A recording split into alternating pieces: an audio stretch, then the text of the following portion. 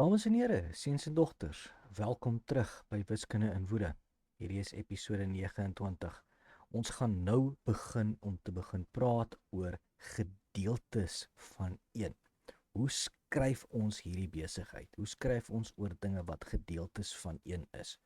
Maar voordat ons daarby uitkom, wil ek weer 'n keer vir julle uitwys dit wat ons reeds gedoen het. Jy weet, natuurlike getalle is deel van heelgetalle. Onewe getalle is deel van heelgetalle.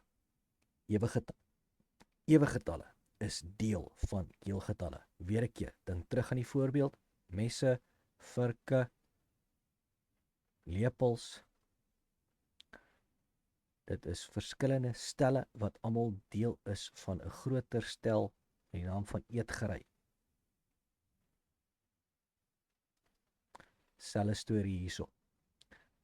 Ewe getalle, onewe getalle en natuurlike getalle is kleiner stelle, stelle wat deel is van die heelgetalle. Jy weet ook dat ons nie heelgetalle kan gebruik om te praat oor dinge wat gedeeltes van 1 is nie. So, hoe doen ons dit? Vir wat jy in jou vroeë jare op skool doen, gebruik ons breuke. Daar is egte breuke en onegte breuke. Ons gaan daarby uitkom. Daar is ook gemengde getalle wat 'n heelgetal is met 'n egte breuk. Dan is daar desimale getalle wat 'n byvoeging is tot hoe 'n mens die desimale getalle stelsel verstaan. En al hierdie goed is net maniere om nog 'n getalle stel te skryf. Daai getalle stel is die rasionele getalle. Dit is die getalle waarmee ons waardes volledig kan skryf deur slegs 'n getalle stelsel te gebruik. Ons gaan nog baie praat hieroor. Ek wil net hê julle moet nou verstaan wat alles wat julle hierso sien is rasionele getalle. En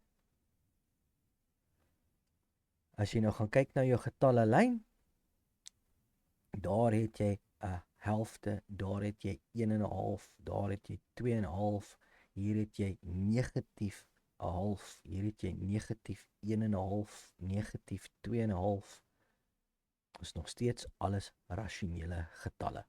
Maar hierdie manier van waardes skryf, onthou, 'n waarde is 'n ding waaraan jy dink.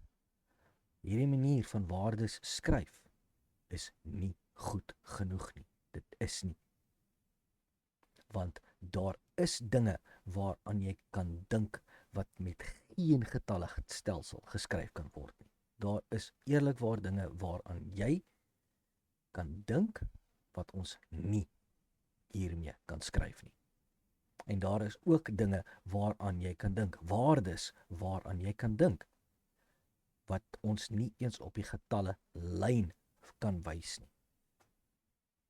Ek net hê julle moet nou al reg wees daarvoor, want dis 'n ding wat baie mense seermaak wanneer hulle nou skielik te doen het daarmee.